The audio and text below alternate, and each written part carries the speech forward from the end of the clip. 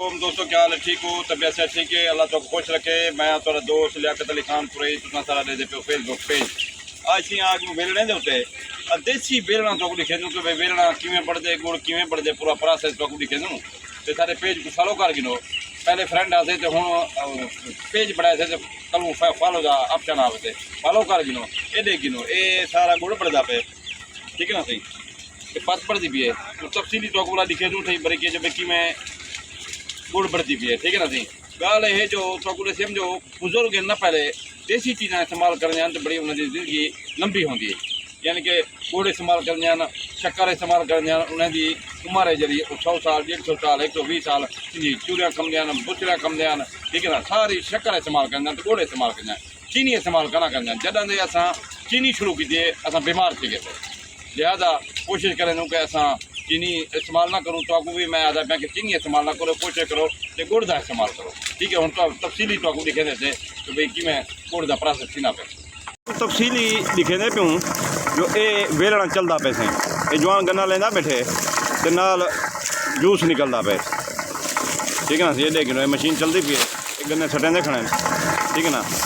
कुछ जूस ही खेन तो असा तो रस ही आखें रस निकलती पी है, ठीक है ना। सी रस बढ़ती पी है ये दे गिनो इस सिस्टम में कोई डिग्गी कहनी मोटर लगी खड़े प्लेटा लगे खड़े हैं, ठीक है ना सिस्टम क्योंकि डिग्गी महंगी है डीजल महंगा थी गए ट्रैक्टर महंगे थी गए थोड़ा मसाइल बात गए तो हम बंदा हर कोई बंदा जरा ना सहूलत है हिसाब ना बढ़े ये तो दे दे पे दे गिनो, ठीक है ना सी।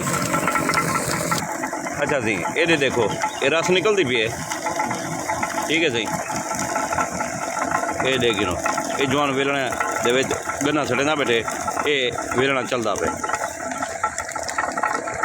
अच्छा जी ये देखो ये भट्ठा नुमा जिले बाहर सटे का खड़े ना जवान पर धुआं निकलता पे ये जिमें भट्ठे के उत्ते वो एक चिमनी लगी खड़ी होती है ना ये बाहर निकलती पे।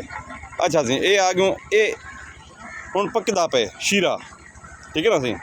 ये देखो मैल मैल है ना जी वो निकलती पी है अगों आ गया ये सी कणा पकदा पे असल प्रोसेस ये थी ना पे।